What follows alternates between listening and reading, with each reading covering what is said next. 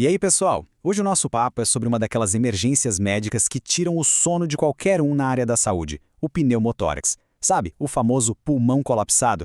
A ideia aqui é fazer um guia clínico bem completo, sabe? Desde aquele diagnóstico corrido no pronto-socorro até as opções de tratamento mais modernas. Então, bora lá começar. Bom, para a gente começar a entender, a definição é até bem simples. Pneumotórax é basicamente ar onde não deveria ter ar. Pensa assim. Entre o pulmão e a caixa torácica, existe um espacinho chamado espaço pleural. E ele funciona meio que a vácuo, sabe? É essa pressão negativa que mantém o pulmão sempre abertinho e expandido. Quando o ar entra ali, quebra esse vácuo. E pronto. O pulmão, que é elástico, murcha. Pode ser um pouquinho ou pode ser o pulmão inteiro. A definição é simples, né? Mas as consequências? Essas são bem complexas. Certo? Então a primeira coisa que a gente precisa saber é que não existe um tipo só de pneumotórax. É fundamental saber diferenciar as apresentações. A gente vai ver que ele pode aparecer do nada, o tal do espontâneo, ou pode ser resultado de um trauma, por exemplo. Cada tipo tem suas próprias causas, seus pacientes típicos. Vamos entender isso direitinho. Olhando aqui para o espontâneo, a gente tem duas gavetas principais, o primário e o secundário. O primário é aquele caso de livro, sabe? Pensa num homem jovem, alto, magro e fumante. Do nada, sem ter nenhuma doença no pulmão, uma pequena bolinha de ar na superfície do pulmão, que a gente chama de bleb ou bolha subpleural, estoura. Já o secundário, o buraco é mais embaixo. Ele acontece em quem já tem uma doença pulmonar, tipo DPOC ou fibrose cística. E aí o prognóstico já piora bastante, porque essa pessoa já não tem uma reserva pulmonar boa, entende? Qualquer colapso, por menor que seja, pode ser bem grave. Saindo do espontâneo, a gente tem o pneumotórax adquirido. A causa mais fácil de imaginar é o trauma, né? Uma pancada forte no peito, uma facada, um acidente de carro. Mas olha que interessante, ele pode ser iatrogênico. Que nome difícil, né? Significa que foi causado por um procedimento médico. Por exemplo, na hora de passar um acesso venoso central ou fazer uma punção no tórax, e tem também o barotrauma, que é por pressão. Isso acontece muito com mergulhadores ou no hospital com pacientes que estão na ventilação mecânica. Ok, então temos uma suspeita. Como o exame físico ajuda a gente? É aqui que a semiologia clássica brilha. Primeiro com o estetoscópio. O som da respiração, o tal do murmúrio vesicular, vai estar bem baixinho ou até sumir do lado afetado. Por quê? Porque tem uma camada de ar isolando o som.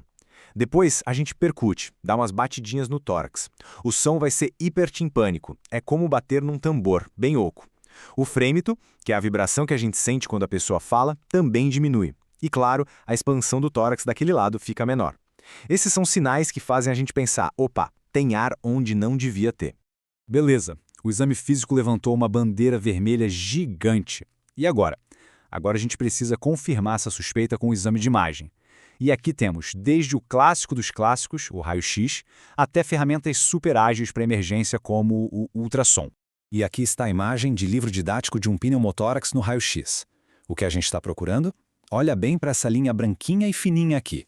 Essa é a pleura visceral, a capinha do pulmão. Para fora dela, olha como está tudo preto, sem aqueles risquinhos brancos que são os vasos do pulmão, a tal da trama vascular. Esse pretão todo é o ar que vazou para o espaço pleural. É ele que está empurrando o pulmão para dentro. Viu isso? Bateu o martelo no diagnóstico. Só que na emergência, a gente não pode esperar o raio-x ficar pronto, né? Cada segundo conta. E é aí que entra o POCUS. O ultrassom feito ali na beira do leito. É muito rápido. O sinal principal que a gente busca é a ausência do deslizamento pulmonar, o famoso lung sliding. Pensa assim. Normalmente, a pleura do pulmão e a pleura da parede torácica deslizam uma na outra. E isso no ultrassom parece um monte de formiguinha andando. Se tiver ar entre elas, esse movimento para, fica tudo estático. Viu que não está deslizando, é um sinal muito forte de pneumotórax. Ok, agora a gente vai falar do vilão dessa história toda. A forma mais temida, mais letal, o pneumotórax hipertensivo. Isso que não é só grave, gente. É uma emergência absoluta. É uma daquelas situações em que minutos, literalmente minutos, separam a vida da morte. É uma corrida contra o relógio. Mas o que acontece aqui? A fisiopatologia é diabólica. Imagina um rasgo no pulmão que funciona como uma válvula de sentido único. O ar entra no espaço pleural quando a pessoa inspira, mas não consegue sair quando ela expira. Então, a cada respiração, mais e mais ar fica preso e a pressão lá dentro vai subindo, subindo, subindo. Essa pressão não só amassa completamente o pulmão, Ela começa a empurrar tudo para o outro lado, o coração, os grandes vasos, e aí o desastre acontece. A veia cava, que traz o sangue de volta para o coração, é dobrada, é torcida. O sangue simplesmente não consegue mais chegar ao coração. Se não chega sangue, o coração não tem o que bombear. O resultado? Choque, parada cardíaca. E por isso, e essa é talvez a mensagem mais importante de todas, o diagnóstico é clínico. Não se pede raio-x para confirmar um hipertensivo. Não dá tempo. Os sinais de alarme são a prova do desastre interno. A traqueia desvia para o lado oposto porque o mediastino está sendo empurrado. As veias do pescoço ficam estufadas, a tal da estase jugular, porque o sangue está engarrafado, não consegue entrar no tórax. E aí vem o choque. A pressão cai, a pessoa fica roxa, cianótica.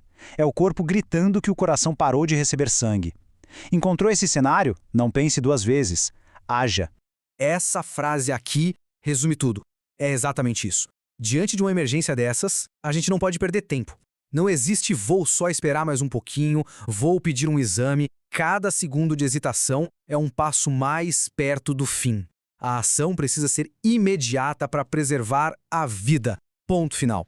E como a gente age? O protocolo ATLS é claríssimo. Primeiro, identificação clínica rápida, como a gente já viu. Segundo, descompressão imediata com agulha. Pega um gelco calibroso, acha o ponto certo ali no tórax e funciona. O que você vai ouvir é um psh, o som do ar sob altíssima pressão escapando. Nesse exato momento, a mágica acontece. O pneumotórax hipertensivo vira um pneumotórax simples, e a vida é salva. A partir daí, com tudo sob controle, a gente se prepara para o próximo passo, que é o tratamento definitivo.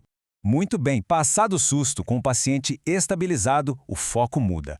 Agora a gente precisa pensar na resolução definitiva do problema. O objetivo é duplo: tirar todo o ar que ainda está lá para fazer o pulmão voltar ao normal e, tão importante quanto, tentar evitar que isso aconteça de novo. Então, é importante entender a diferença fundamental entre as duas principais intervenções.